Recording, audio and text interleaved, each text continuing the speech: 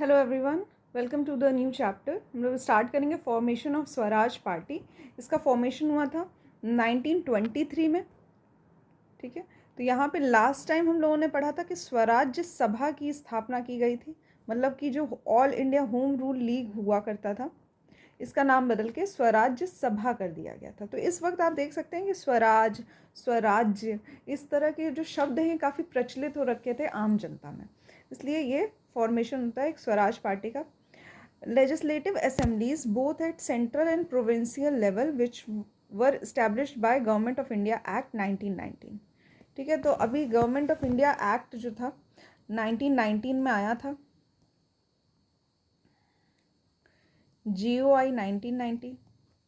तो इस एक्ट में बेसिकली क्या हुआ था कि लेजिस्लेटिव असेंबलीज का एक तरह का इलेक्शन करवाया गया था, सेंट्रल लेवल पर भी और प्रोविंशियल लेवल पर भी। बट कांग्रेस ने इसमें पार्ट नहीं लिया था, क्योंकि इसी वर्ष जलियांवाला बाग का हत्याकांड हुआ था।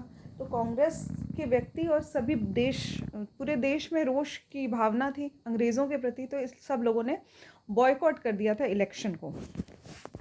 और ये गांधी जी के कहने पे किसी ने भी पार्ट नहीं लिया इलेक्शन में। They did not contest the elections in 1920। तो 1920 में होने वाले इलेक्शंस को इन लोगों ने असहयोग आंदोलन में नहीं कंटेस्ट किया इसके लिए।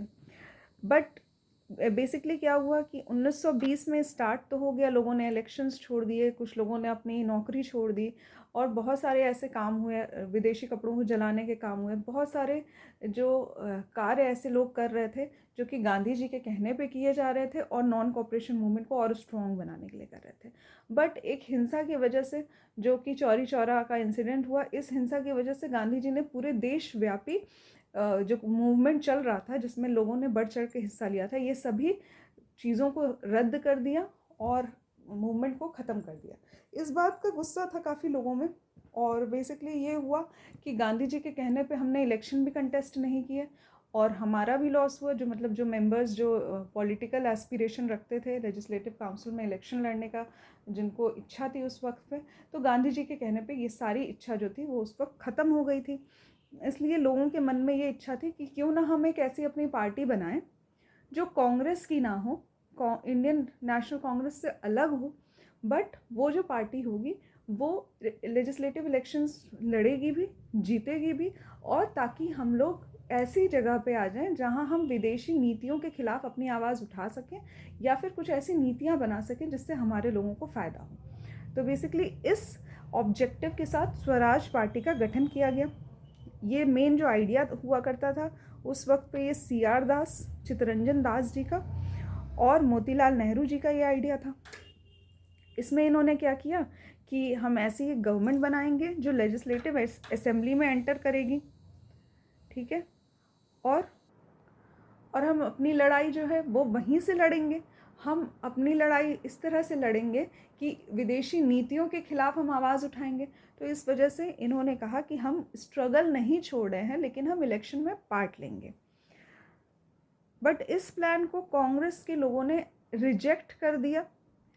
किसी ने, इंडियन नेशनल कांग्रेस में किसी ने ये, मतलब मेजॉरिटी ने रिजेक्ट कर दिया, कुछ लोग थे जिन्होंने साथ दिया इनका। तो इसलिए चित्तरंजन दास जी, जो उस वक्त प्रेसिडेंट थे कांग्रेस के, उन्होंने अपने प्रेसिडेंट पोस्ट से रिज़ाइन कर दिया 1923 में, और मोतीलाल नेहरू जी के साथ मिलकर एक स्वराज पार्टी का गठन किया। इस पार्टी के जो प्रेसिडेंट थे वो CR दास खुद बन गए और मोतीलाल नेहरू जी जनरल सेक्रेटरी बन गए। श्रीनिवास अयंगकर, ये भी पहले इंडियन नेशनल कांग्रेस में हुआ करते थे, इन्होंने भी स्वराज पार्टी का गठन किया, मद्रास में किया। ठीक है, तो ये भी एक अपनी पार्टी बना लिया इन्होंने मद्रास में। NC केलकर जो थे, इन्होंने भी स्वराज पार्टी ज्वाइन कर लिया। और बेसिकली रिजल्ट क्या निकला कि स्वराज पार्टी ज्वाइन करने के बाद इन्होंने इलेक्शन भी लड़ा, और इलेक्शन लड़के इनके एक व्यक्ति थे, इन्हीं की पार्टी के एक व्यक्ति थे जिनका नाम था विट्ठल भाई पटेल। इनकी उपलब्धि ये थी कि ये स्पीकर बन गए लेजिस्लेटिव असेंबली के 1925 में।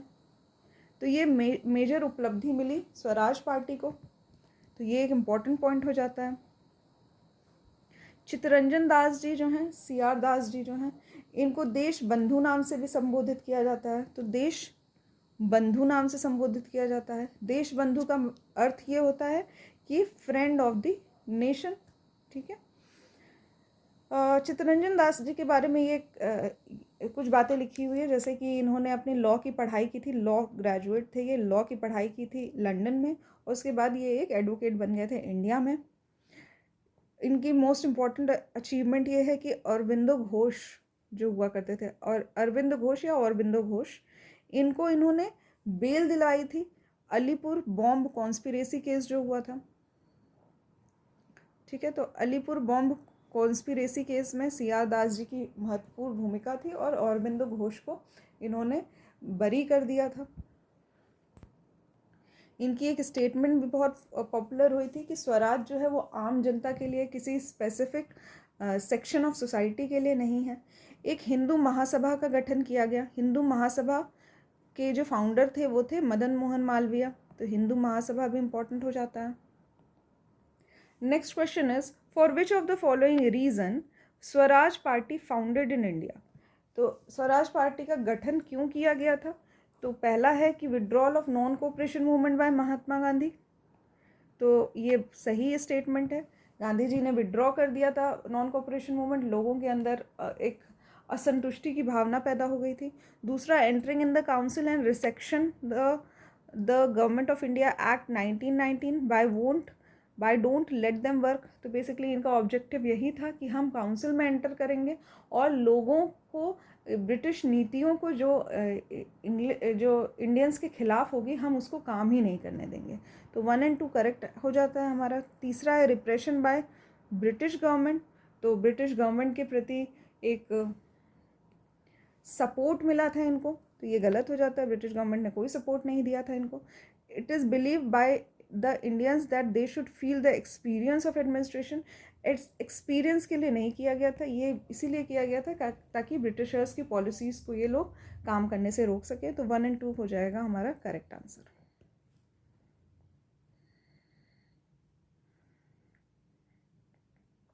Next question is, who among the following resigned from the presidency of Congress for making the Swaraj party. तो CR दास ने रिजाइन कर दिया था।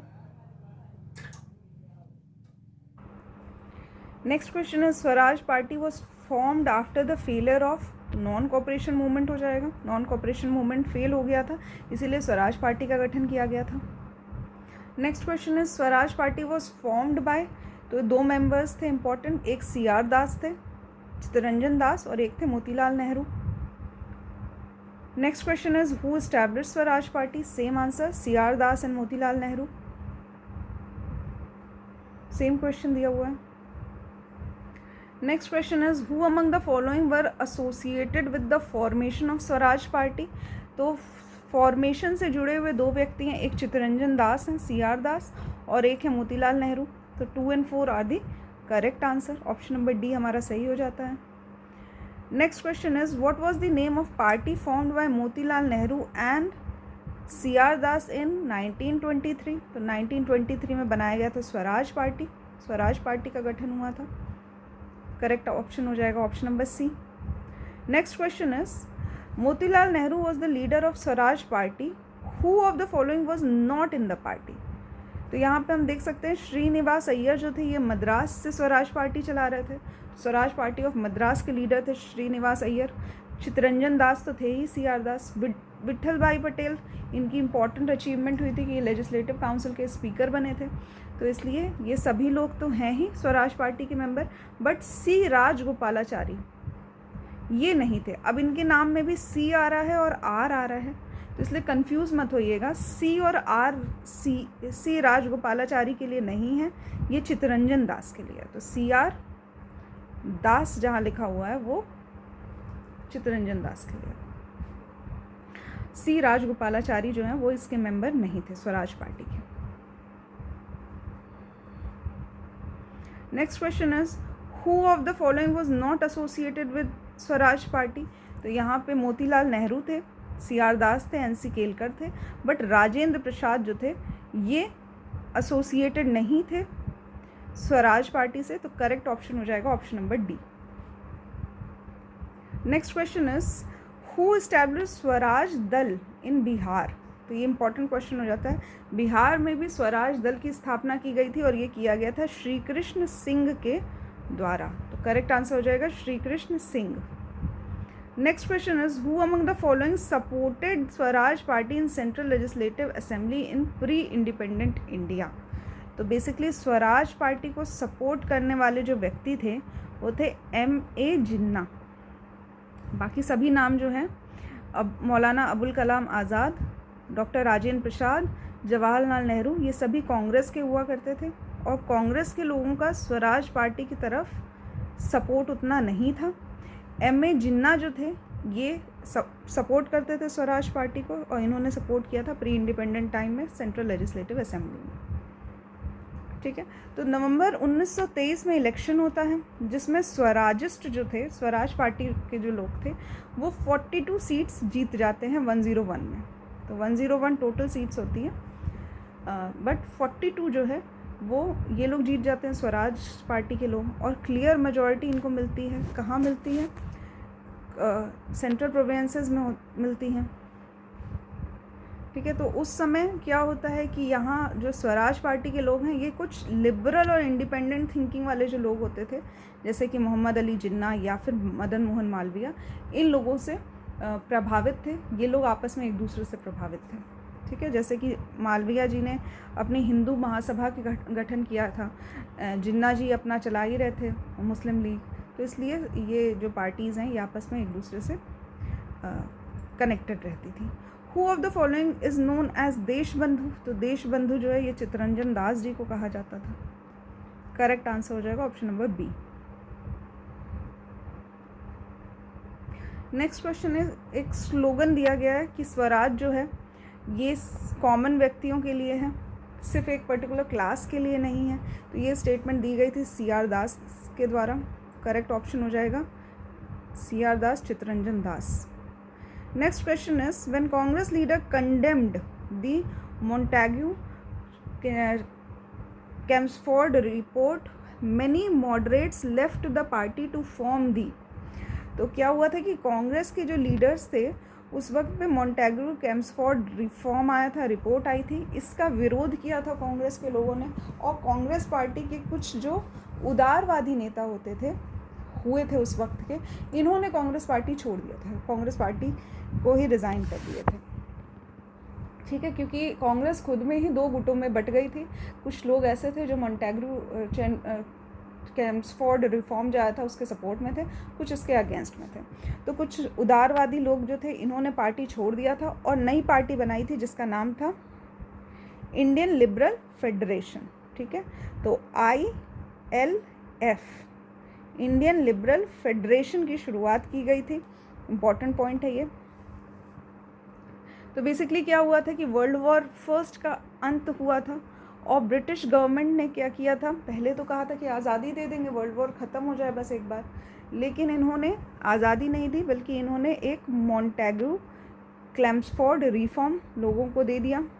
तो ये जो रिफॉर्म था इसमें गवर्नमेंट ऑफ इंडिया एक्ट 1990 भी था। तो इस एक्ट के थ्रू बस ये कहा गया था कि इलेक्शन होगा और नॉर्मल इलेक्शन में आप लोगों को कुछ सीट दे दी जाएगी, हिंदू का, इंडियंस का रिप्रेजेंटेशन जो है वो इंक्रीज़ कर दिया जाएगा। तो इस तरह के वादे किए करते थे, बट ये लोग कोई करेक्ट जवाब नहीं देते थे कि ब्रिटिशर्स इंडिया छोड़ के वापस कब जाएंगे। तो इस वजह से कांग्रेस में आपस में ही मतभेद हो गया था और सुरेंद्र नाथ बनर्जी जैसे कुछ लोग जो थे, इन्होंने और भी कुछ लिबरल टाइप के जो कांग्रेस के लोग थे, इन्होंने कांग्रेस छोड़ के एक नई पार्टी बनाई इंडियन लिबरल फेडरेशन नाम से, Indian liberal federation. Next question is, who among the following decided to launch independent party on 16 December 1922। तो 1922 में क्या हुआ, कई नई पार्टीज़ का गठन हो रहा है। तो इनमें से कुछ व्यक्ति हैं जैसे कि मोतीलाल नेहरू जी और मदन मोहन मालवीय, इन्होंने नई पार्टी बना लिया और एक अपनी इंडिपेंडेंट पार्टी बना लिया कांग्रेस को छोड़ के। तो करेक्ट ऑप्शन हो जाएगा ऑप्शन नंबर 2 और 4। ये भी एक इम्पॉर्टेंट क्वेश्चन हो जाता है।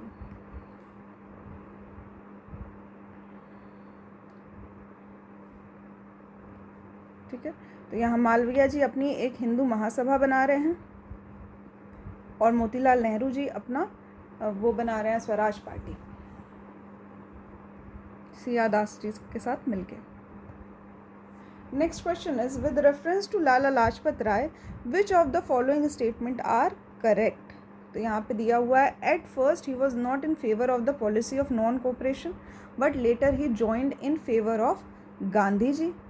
तो पहले लाला लाजपत राय जी जो थे ये फेवर में नहीं थे नॉन कोऑपरेशन मूवमेंट के, बट बाद में इन्होंने गांधी जी के सपोर्ट में असहयोग आंदोलन ज्वाइन कर लिया।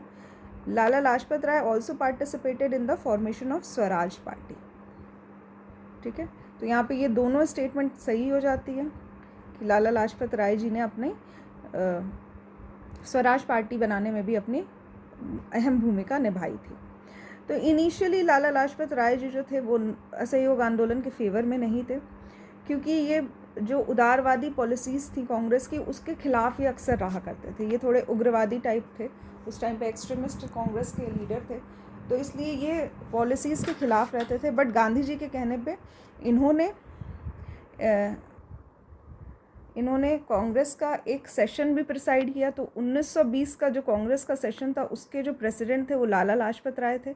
कलकत्ता में ये सेशन हुआ था और यहाँ पे रेजोल्यूशन पास किया गया था नॉन कोऑपरेशन मूवमेंट का। ठीक है, बट चौरी चौरा का कांड हो गया और जिसमें कि गांधी जी ने विड्रॉ कर लिया नॉन कोऑपरेशन मूवमेंट, और इससे नाराज़ होकर दो लोगों ने, सी.आर. दास जी ने और पंडित मोतीलाल नेहरू ने अपनी स्वराज पार्टी का गठन किया।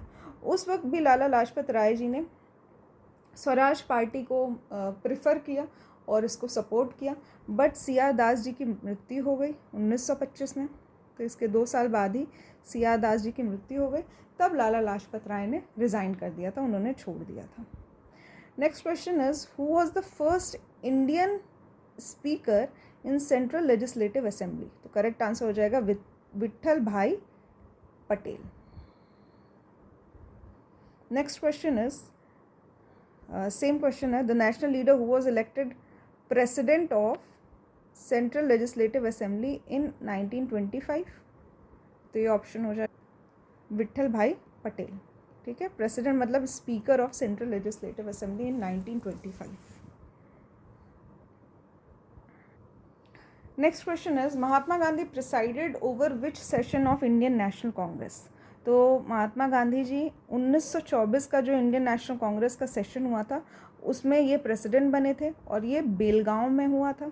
बेलगांव जो इस वक्त कर्नाटका का हिस्सा है। तो 39वां एनुअल सेशन था, ये बेलगांव में हुआ था कर्नाटका में।